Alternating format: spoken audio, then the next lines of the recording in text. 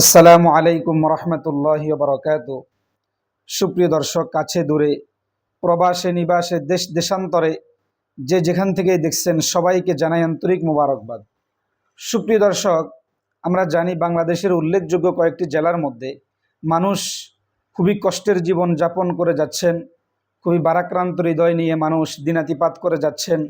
খাবারের কষ্ট, থাকার কষ্ট, ঘর বাড়ি দুয়ার ইত্যাদি সব কিছু বিলীন হয়ে গেছে। মানুষ খুবই কষ্টের জীবন যাপন করে যাচ্ছেন এবং পাশাপাশি দেশ থেকে বিদেশ থেকে সর্বস্তরের মানুষ, দানবীর, বিত্তশালী, বিত্তবান মানুষরা অসহায় মানুষদের পাশে দাঁড়িয়েছেন এবং প্রত্যেকের সাধ্য মোতাবেক চেষ্টা করে যাচ্ছেন কিভাবে মানুষকে শান্তির জীবন দেওয়া যায়, কিভাবে মানুষের মুখের মধ্যে হাসি ফোটানো যায়।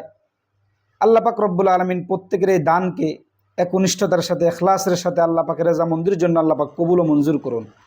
আজ আমি আলোচনা করব, আমরা যদি একটি হাদিসের উপর আমল করতে পারি, ইনশাআল্লাহ আল্লাহ পাক রব্বুল আলামিন আমাদেরকে সাহায্যের পাশাপাশি আল্লাহ পাক আমাদেরকে খুব দ্রুত মুক্তি দান করবেন। হাদিসটি হলো ইমাম আবু দাউদ রহমতুল্লাহি আলাইহি সুনান আবু দাউদের 1518 নম্বর বর্ণনায় হাদিসটি নিয়ে আসছেন। আন ইবনে আব্বাস রাদিয়াল্লাহু তাআলা আনহুমা قال النبي صلى الله عليه وسلم من لزم الاستغفار جعل الله له من كل ضيق مخرجا ومن كل هم فرجا ورزقه من حيث لا يحتسب أو كما قال النبي عليه الصلاة والسلام। আল্লাহ রসুল বলেন, মান লাজিমাল ইস্তিগফার, যে ব্যক্তি ইস্তিগফারকে লাজেম করবে, যে ব্যক্তি ইস্তিগফার পড়াকে নিজের জীবনের জন্য অত্যাবশ্যকীয় একটি আমল হিসেবে যে নিজের জীবনের জন্য লাজেম করে নেবে, আবশ্যক করে নেবে ইস্তিগফারকে, আল্লাহ রসুল তার জন্য 3টি সুসংবাদ দিয়েছেন।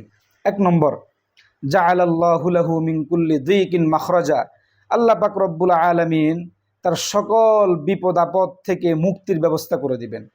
মিন কুল্লি দিকিন মাখরাজা, আল্লাহ পাক রব্বুল আলামিন তাকে সংকীর্ণতা থেকে আল্লাহ পাক মুক্তি দান করবেন। সংকটময় জীবন থেকে আল্লাহ পাক তাকে প্রশস্ত জীবন দান করবেন। সুবহানাল্লাহ।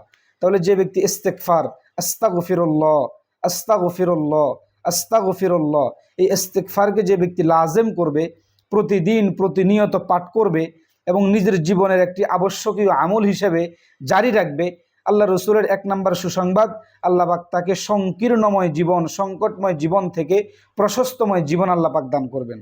নাম্বার 2, ওয়ামিন কুল্লি হাম্মিন ফারাজা, আল্লাহ পাক রব্বুল আলামিন তার জীবনের সকল পেরেশানি, দুশ্চিন্তা আল্লাহ পাক দূর করে দিবেন।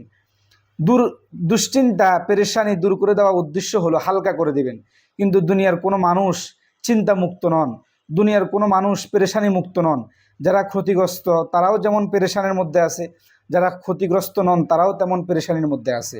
আল্লামা শেখ সাদি রহমতুল্লাহি আলাই খুবই চমৎকার ভাষায় বলেছিলেন, দরি দুনিয়া কাছে বেগম নাবাসদ, আগার বাসদ বানি আদম নাবাসদ। দুনিয়ার কোনো মানুষ দুশ্চিন্তা মুক্ত, পেরেশানি মুক্ত নন। যদি এমনটাই হতো তাহলে দুনিয়ার কোনো মানুষ বনি আদম থাকতো না। যাই হোক, তাহলে 2 নম্বর ইস্তিগফারের ফজিলত, সুসংবাদ হলো আল্লাহ রসুল বলেছেন সকল দুশ্চিন্তা আল্লাহ পাক দূর করে দিবেন। নাম্বার 3, ওয়ারাযাকাহু মিন হাইসু লা ইয়াহতাসিব, আল্লাহ পাক রব্বুল আলামিন তাকে এমন জায়গা থেকে, এমন উৎস থেকে আল্লাহ পাক রিজিকের ব্যবস্থা করবেন সে কল্পনাও করতে পারবে না। সুবহানাল্লাহ। দেখেন, এই বন্যা কবলিত হয়ে, প্লাবিত হয়ে, বন্যা আক্রান্ত হয়ে, পানিবন্দী হয়ে আমাদের বাড়ি ঘর দুয়ার, এরপরে পালিত পশু পাখি ইত্যাদি সব কিছু বিলীন হয়ে যাওয়ার মাধ্যমে এই 3টি বিষয় কিন্তু আমাদের সামনে এসে গেছে। 1 নাম্বার, আমাদের জীবন সংকীর্ণ হয়ে গেছে, আমাদের জীবন সংকটময় হয়ে গেছে। নাম্বার 2, দুশ্চিন্তার পেরেশানি দিন দিন বাড়তেই লাগলো। নাম্বার 3, রিজিকের অভাব হয়ে গেছে, যে খাবার পাচ্ছি না, কোনো জিনিস, এই খাবার দাবার, খাবারের বস্তু, পানীয় বস্তু ইত্যাদি, এগুলো আমরা কিছুই পাচ্ছি না। ঠিক এই 3টি মুহূর্ত আমাদের উপর এখন অবতরণ করেছে। এখন এই তিনটি বিপদ থেকে উদ্ধার হওয়ার জন্য যতগুলোই উপায় উপকরণ রয়েছে, তার মধ্যে সর্বপ্রথম রাসূলুল্লাহ সাল্লাল্লাহু আলাইহি ওয়াসাল্লামের বাতলানো এই আমলটি আমাদের আঁকড়িয়ে ধরতে হবে। এরপর আমরা ইনশাআল্লাহ বাকি উপায়গুলি আমরা গ্রহণ করব। তাহলে দেখেন, এই বন্যায় প্লাবিত হয়ে 1 নাম্বার আমাদের জীবন সংকীর্ণ হয়ে গেছে। আর আল্লাহ রসুলের ঘোষণা, যে ব্যক্তি ইস্তিগফারকে লাজেম করবে আল্লাহ পাক তার সংকীর্ণ জীবনকে প্রশস্ত জীবন করে দিবেন। নাম্বার 2, বন্যায় প্লাবিত হয়ে আমরা দুশ্চিন্তার পেরেশানি আমাদের বাড়তেই লাগলো। আল্লাহ রসুল বলেন, যে ব্যক্তি ইস্তেগফারকে লাজেম করবে, আস্তাগফিরুল্লাহকে লাজেম করবে, সবসময় পাঠ করবে, আল্লাহ পাক রব্বুল আলামিন তার ওয়ামিন কুল্লি হাম্মিন ফারাজা, আল্লাহ পাক তার পেরেশানি দূর করে দিবেন। নাম্বার 3, বন্যায় প্লাবিত হয়ে আমাদের রিজিকের অভাব, আমাদের খাবারের অভাব, আমরা কোনো কিছু পান করব, পানীয় বস্তু পান করব, খাদ্য দ্রব্য আমরা খাবো, এরকম কোনো জিনিস আমরা পাচ্ছি না।